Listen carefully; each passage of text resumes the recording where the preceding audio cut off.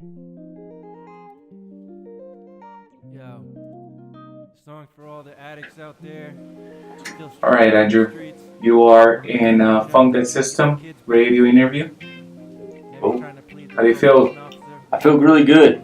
Regardless, whoever you try to do This this, is it won't work unless you this is do the this second shit. interview that I've done with you, Get in and but the last one were really good. Had a lot of great reviews on it, and this one is really good. Hopefully, gonna be really good. I'm excited. So, let's start this interview with tell me a little something about yourself. Where are you from? What cities did you live as a kid? Where were you raised? And when and how did you get to Phoenix? Wow. Okay. I'm originally from Colorado, from a little town called Ray. It's about like pretty much right on the border of Nebraska and Kansas, kind of in the middle of the boondocks. Grew up in a little kind of a hick town, very small town, everybody knows everybody, and I moved out to Phoenix back in 1998, and my parents came out here because of work, and yeah, I've been out here ever since. So I lived in all over the place out here. So you're a Pretty Phoenix resident. Yeah, currently I reside in Phoenix.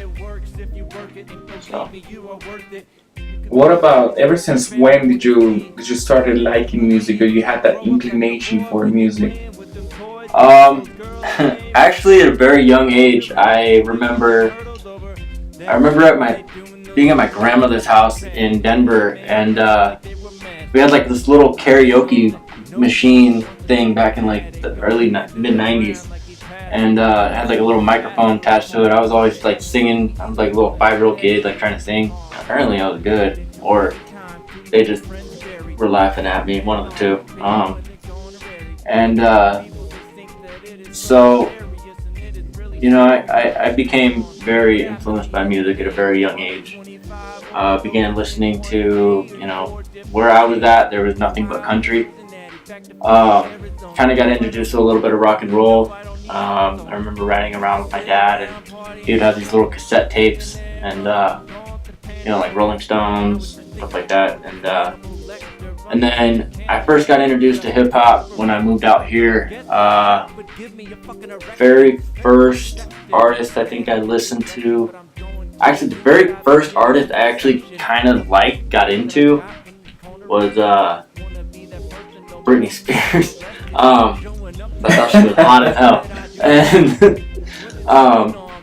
but the very first hip hop artist that I got into while I was here was Eminem, and not just because he's white. It's just, I don't know, it just happened to be the first. I remember the first song I really ever heard was I think it was My Name Is, and that was, once I started hearing like more artists after that, I started listening to more like Dr. Dre, I started listening to, Ludacris, T.I., once they all came out, and a little bit of, went back even before I was ever around, and I always liked old school hip hop more, because it was, and by old school meaning from like 80s all the way up to like early 2000s, like KRS-One, Beastie Boys.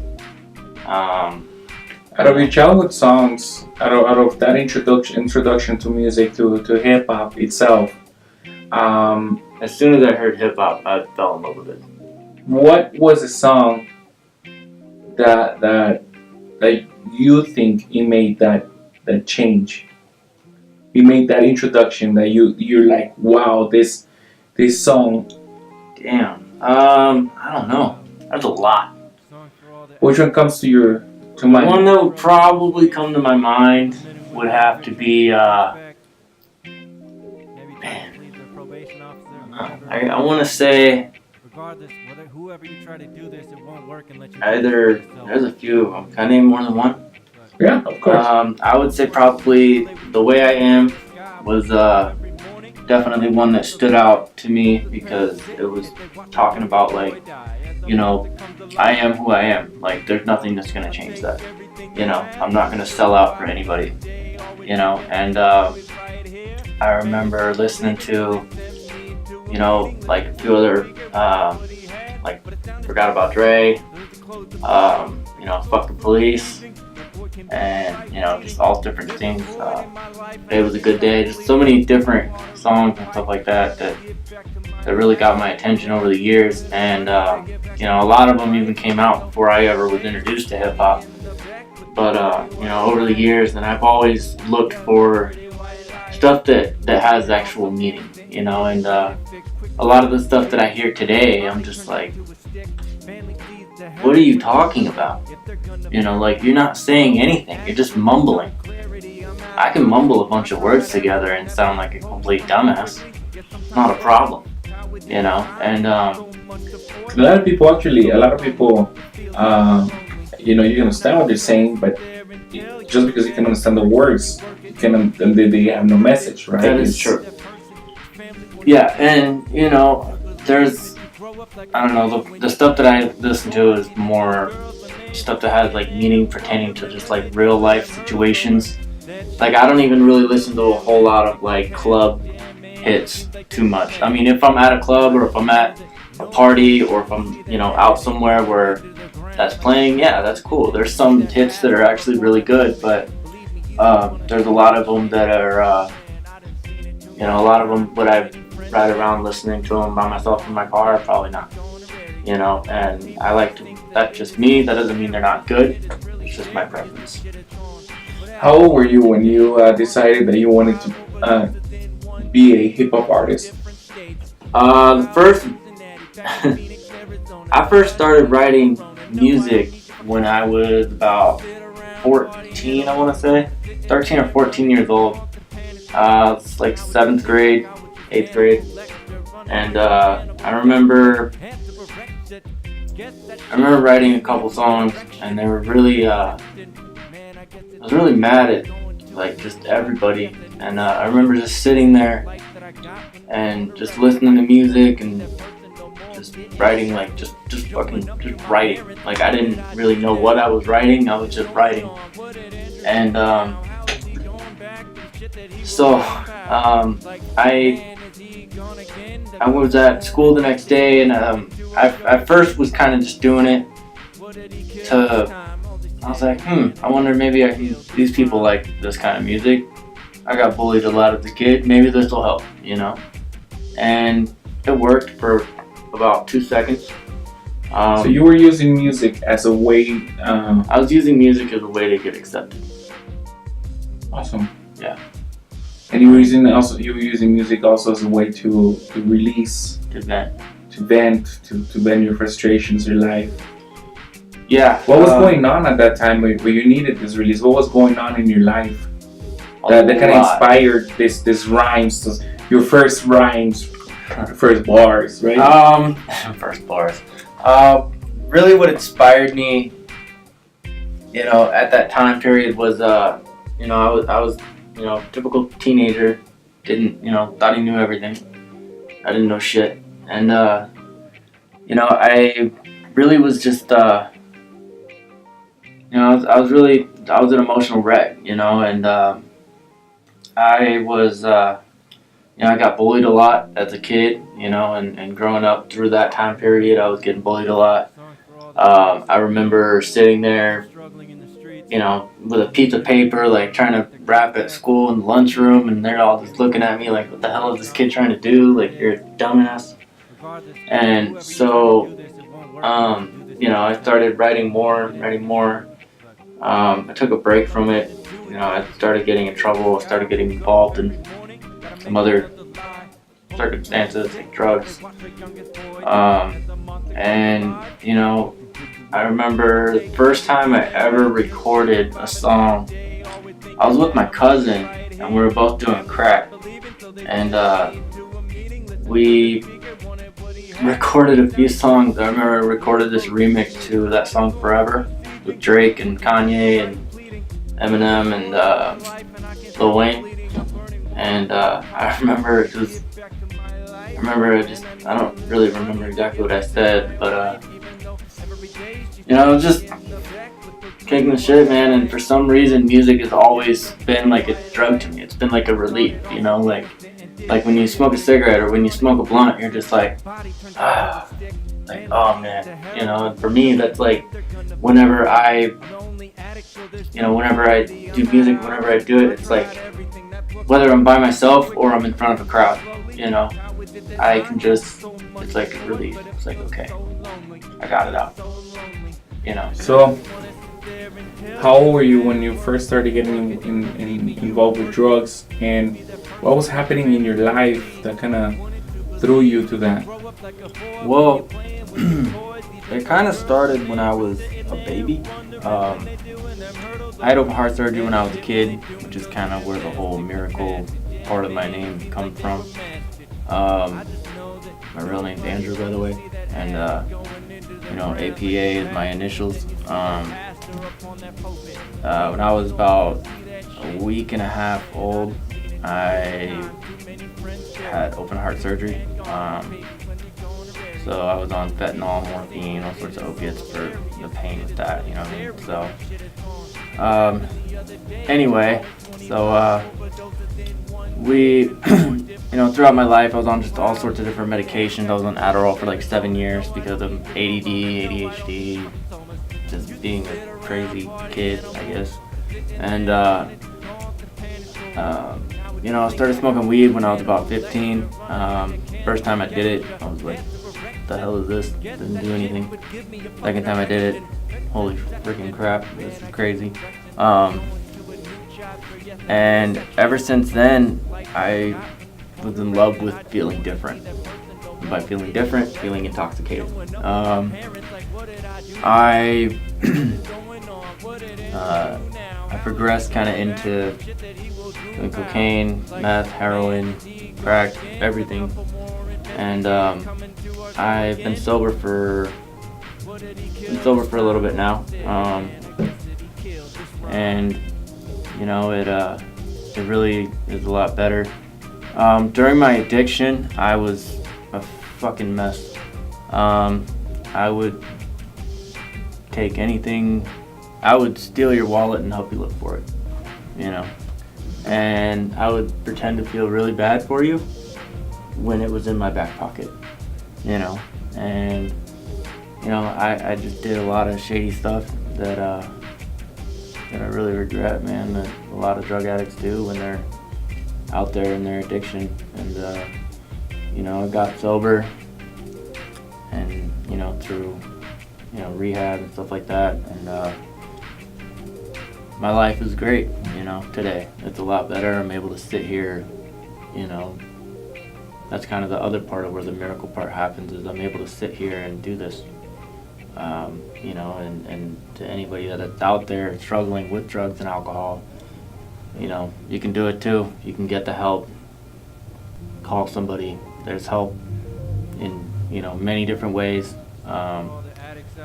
So, if you're struggling right now and you're out there in the streets hustling, trying to get what you need to get, then, and you want to change your life, reach out, and which that's kind of what brings us to the point where we are now, right? The point where we are now. You have several songs out there. You've been writing. How many songs do you think you've written in your life? Damn, that I've written? Yeah. I remember I had this shoebox that I probably had a good 50 or 60 songs in there, and my grandma found it. Or somebody found it, because it was just a bunch of like really angry, like murderous. That shit was like Texas Chainsaw, Hannibal Lecter, and Silence of the Lamb put together in one shoebox. And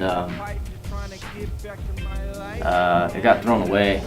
And then I had another one where I had a backpack where I had like 30 or 40 of them. I had like 20 or 30.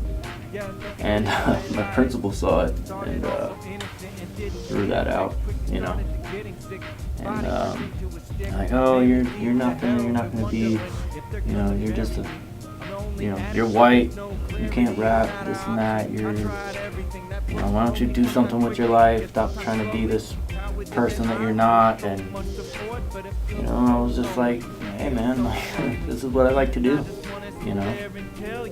So, on your hip hop career, on your hip hop persona, how has it been? You know, being white, like you said, being white and in a Well, African American dominated genre. doesn't bother me now. You know, I never thought of it that way. I'm like, there's many other people that have done it and been successful. Beastie Boys, Eminem, Kid Rock when he first came out. You know, now there's Yellow Wolf, there's Mac Miller, there's, you know, Action Bronson, there's, you know, all these different artists that are out there, and, you know, NGK, all the different ones that are out there and doing pretty good for themselves, you know, and some of them are pretty good. You know, one of them has sold more records than anyone else in music genre history, you know, and, you know, and being white, I never really looked at it. Apparently a lot of other people did, you know, but I guess that just kind of comes with it. But you have a lot of stories to tell. You have a lot of messages to give. You have a lot of experiences to share, and the hip hop provides that medium, right? My take on that whole race thing, whether you're white, you're black, you're Mexican, you're Hispanic, you're Chinese, you're Asian, you're whatever, you know, Hindu, Muslim, I don't care what race you are, we all have a story to tell. You know, we're all human. If I cut my wrist, my blood's gonna come out red, just like yours, you know, and we all breathe the same air. You know, we all gotta eat, we all gotta drink water, we all gotta do the same different things we gotta do to live. There's no difference. I don't see a difference. You know, yeah, some color, that's it. Okay, cool. So, you're brown and I'm white. You're still a person. I don't look at you like, oh, that guy. No. You know, we're all the same. The only race I look at it is we're all human. And I know there's a lot of stuff going on in the world right now where, you know, you got the whole, you know, Black Lives Matter, you got the whole, you know, police brutality, you got, you know, the whole Trump thing, Hillary. Honestly, man, like, I kind of look at it as, you know, like, why can't we all just get along? You know, and I'm more for peace and equality than, you know, violence and going out and, you know, shooting each other over stupid shit, you know, and that's kind of what I look at it as. Let's talk about your new project, this new song that we've been working on. Tell me something about this song, the name of the song, the inspiration. How did this idea get started? How did you get inspired? Okay, the name of the song is called Recover. The project that I'm going to be working on, I'm probably going to be dropping an album sometime in the next, I'm shooting for the next year. And I haven't really got a title for the album yet. Probably going to do something like For the Life of Me, you know, because, you know, and the song is about, you know, being an addict and coming out of that, you know, being able to come out of that and then reaching out and helping others come out of it, you know, because not everybody gets a chance. I've buried many friends because of this disease, this thing that I have, you know, being an addict and drugs and alcohol, you know, and I have family members that are, you know, that are gone because of it. You know, they didn't overdose, but they later on in life they suffered the repercussions of it. You know, and you know, it's not fun. You know, and if you're a kid, if you're watching this and you're 12, 13 years old and you're looking at this kid, looking at me like, and you don't know what the hell you're talking about, trust me, man, I've been there. I know. That shit. You know, but I'm telling you right now, if I could go back to that, I wish I would have I would punch myself in the face and tell them to shut the hell up and listen. You know, because it's not worth it. It's not worth your life. Tell me about the lyrics of the song. What are the lyrics of your new song that stand out for you the most? The message in it. The message, I think the first line of the song really is, you know, as I lay here with my spirit in the sky, you know, like, it's almost like a funeral scene, you know, like I'm laying in a coffin and my spirit is just kind of like floating around, like, oh damn, what the hell did I just do, you know? And it was, you know, and the reason that I'm dead is because of an overdose. And then there's a couple other lines that I say. It's, you know, I need a little money to get back to my wife. She fills me with them pretty white lies. My wife, I'm not married, ladies. My wife is in that particular, what I mean by my wife is my drugs. You know, my heroin, my crack, my alcohol, everything. You know, I need that money to get back to get my fix. You need to chase that dragon. Yeah. So, you know, and you know, and she filled me with those pretty white lies. What is it that you regret the most out of being in the drug world, in the addiction world? What is it that you regret the most that you ever done, that you wish you would have never ever done?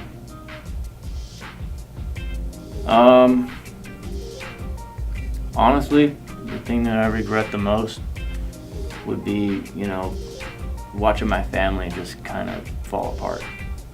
You know, when it comes to me and they're just like, okay, yeah, I'll help you, and oh mom, I need some help with some money for rent. Okay, here you go. You know, and ask them 2 days later, I just gave you money, what'd it go for? And just making up some, you know, bullshit excuse. Just always being a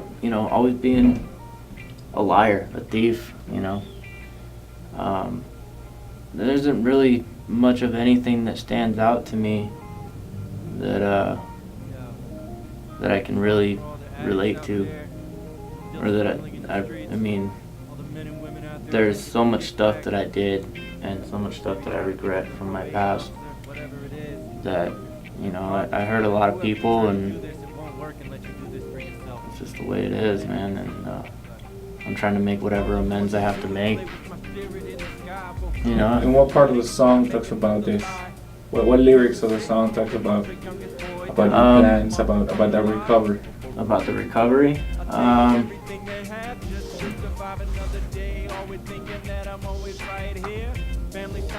Recovery, it's, you know, it works if you work it, and believe me, you are worth it.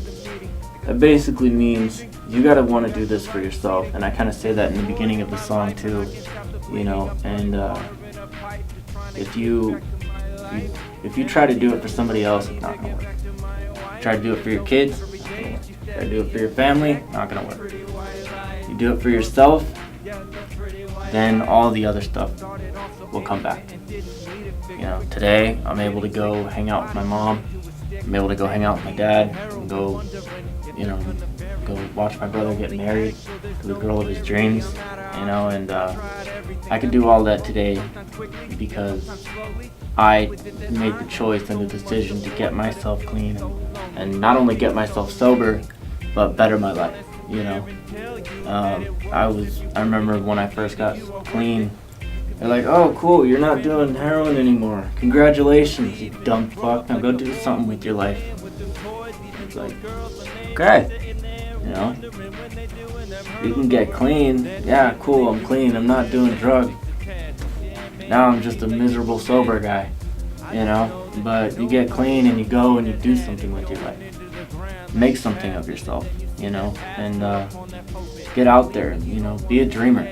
You know, you got dreams, like when you were, you know, we all had dreams when we were little kids, you know, we all wanted to be, you know, whether it was firemen, whether it was music, whether it was whatever it was, you know. football player, basketball, baseball, whatever, and you know, go out and try to achieve those dreams. It may be different now, but you know, we can all learn from something.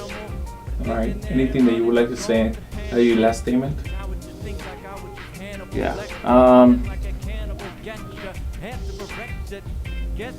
A guy told me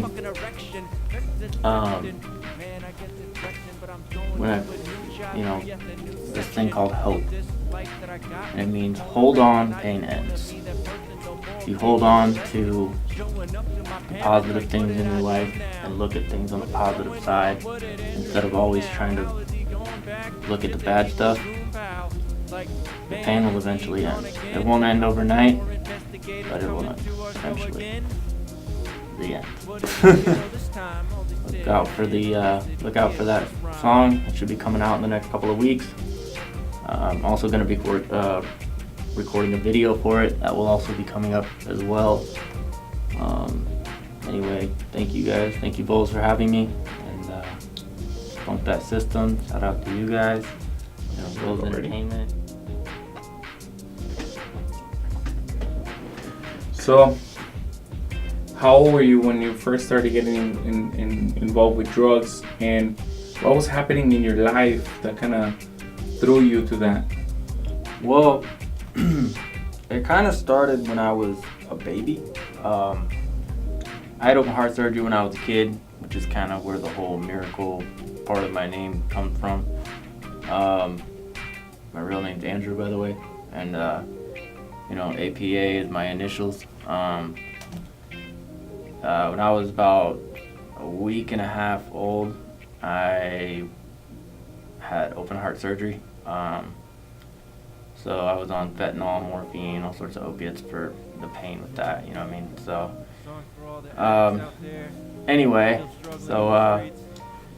we, throughout my life, I was on just all sorts of different medications. I was on Adderall for like 7 years because of ADD, ADHD, just being a crazy kid, I guess. And, I started smoking weed when I was about 15. First time I did it, I was like, what the hell is this? Didn't do anything. Second time I did it, holy freaking crap, this is crazy.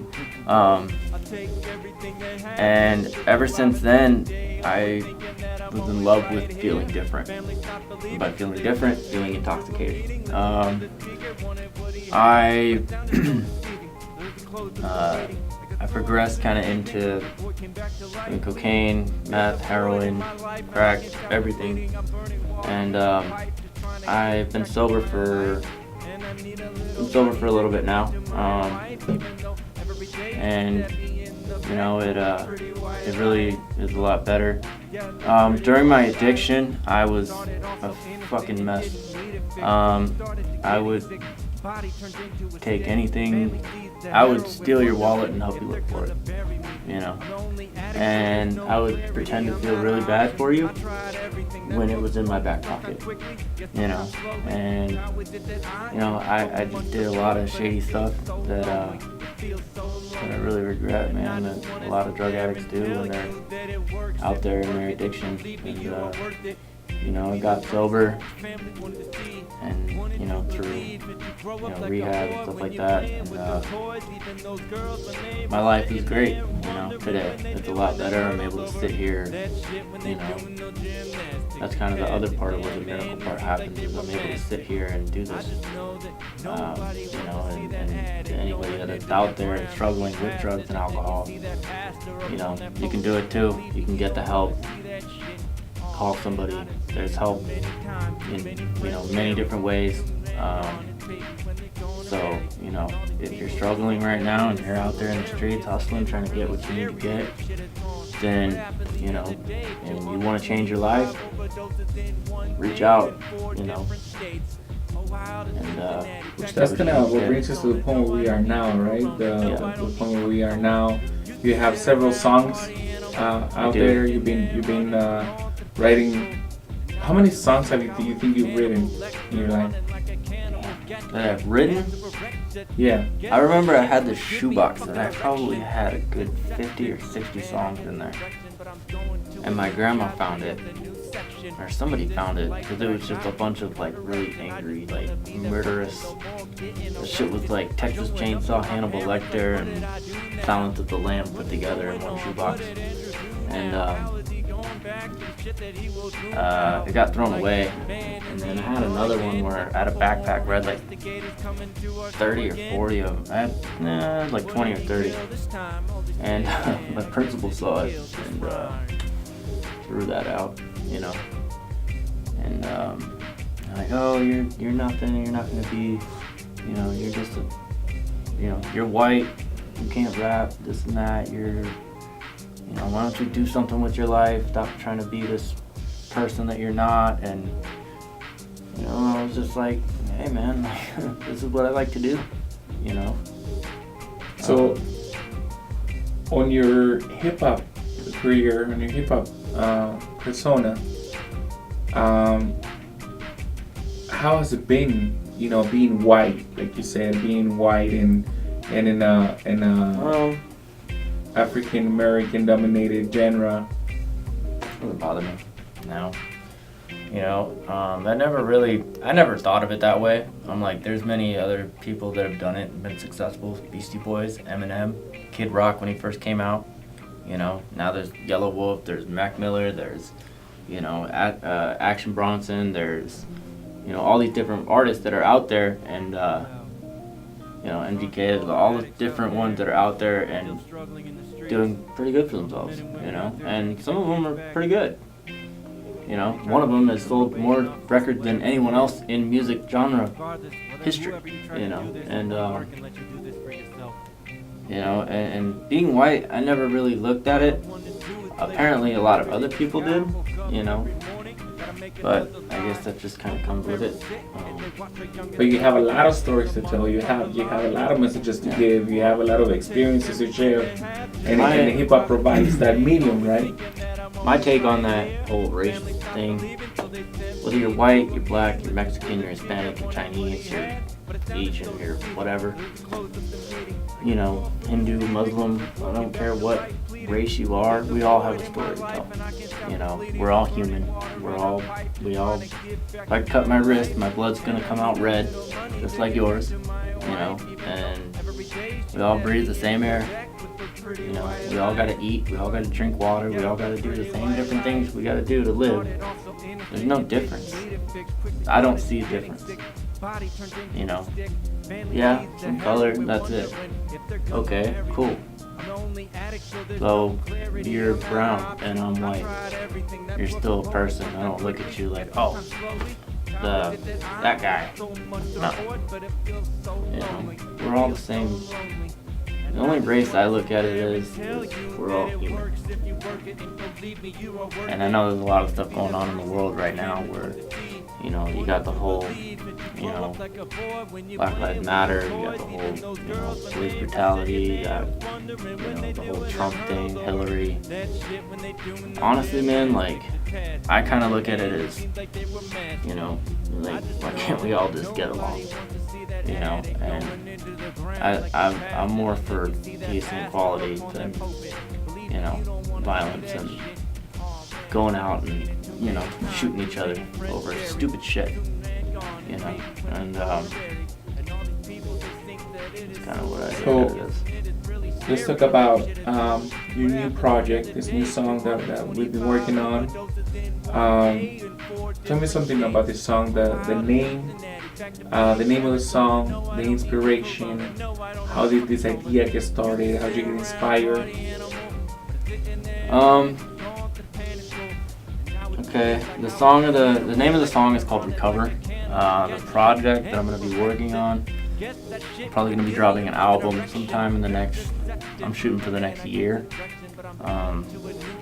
And I haven't really got a title for the album yet. Probably going to do something like For the Life of Me, you know, because, you know, and the song is about, you know, being an addict and coming out of that, you know, being able to come out of that and then reaching out and helping others come out of it, you know, because not everybody gets a chance. I've buried many friends because of this disease, this thing that I have, you know, being an addict.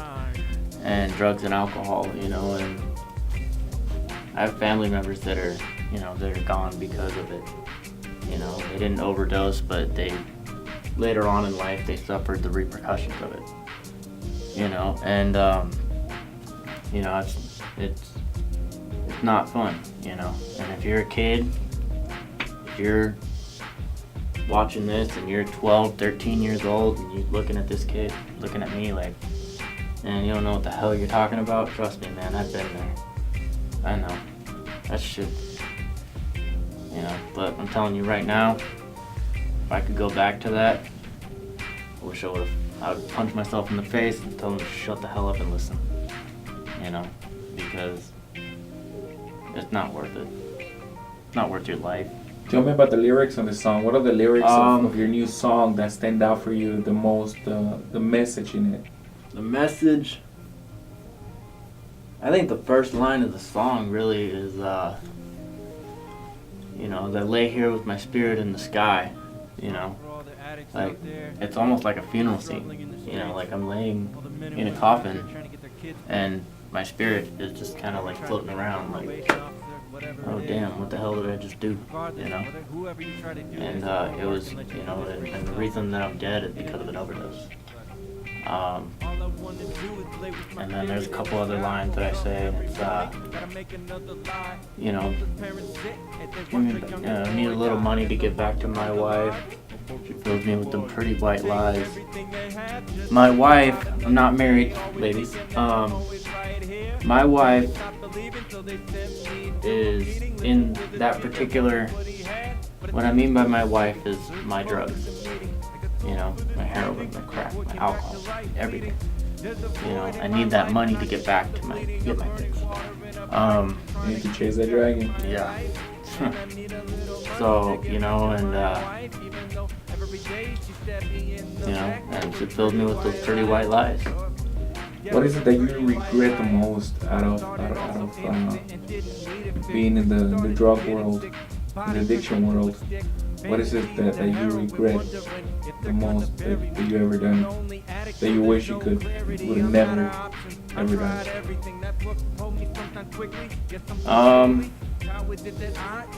Honestly, the thing that I regret the most would be, you know, watching my family just kind of fall apart. You know, when it comes to me and they're just like, okay, yeah, I'll help you, and oh mom, I need some help with some money for rent. Okay, here you go. You know, and ask them 2 days later, I just gave you money, what'd it go for? And just making up some, you know, bullshit excuse. Just always being a liar, a thief, you know. There isn't really much of anything that stands out to me that I can really relate to, or that I mean, there's so much stuff that I did and so much stuff that I regret from my past that, you know, I hurt a lot of people, and it's just the way it is, man. And, I'm trying to make whatever amends I have to make. You know. And what part of the song talks about this? What lyrics of the song talks about your plans, about that recovery? About the recovery?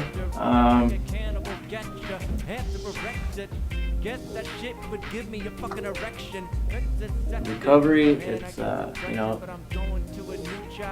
it works if you work it, and believe me, you are worth it. That basically means you gotta want to do this for yourself, and I kind of say that in the beginning of the song too, you know. And if you try to do it for somebody else, it's not gonna work. Try to do it for your kids, not gonna work. Try to do it for your family, not gonna work. You do it for yourself, then all the other stuff will come back.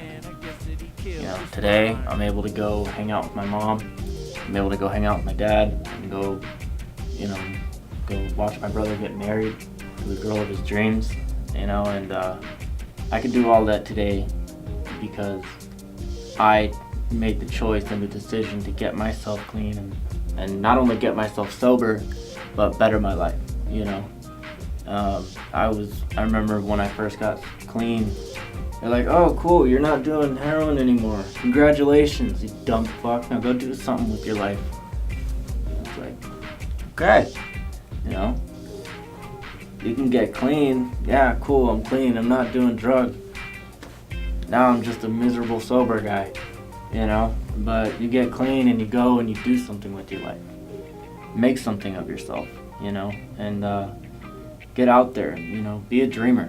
You know, you got dreams, like when you were, you know, we all had dreams when we were little kids, you know, we all wanted to be, you know, whether it was fireman, whether it was music, whether it was whatever it was, you know, football player, basketball, baseball, whatever, and you know, go out and try to achieve those dreams. They may be different now, but, you know, we can all learn from something.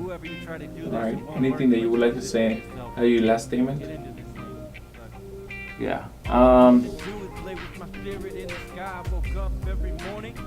A guy told me,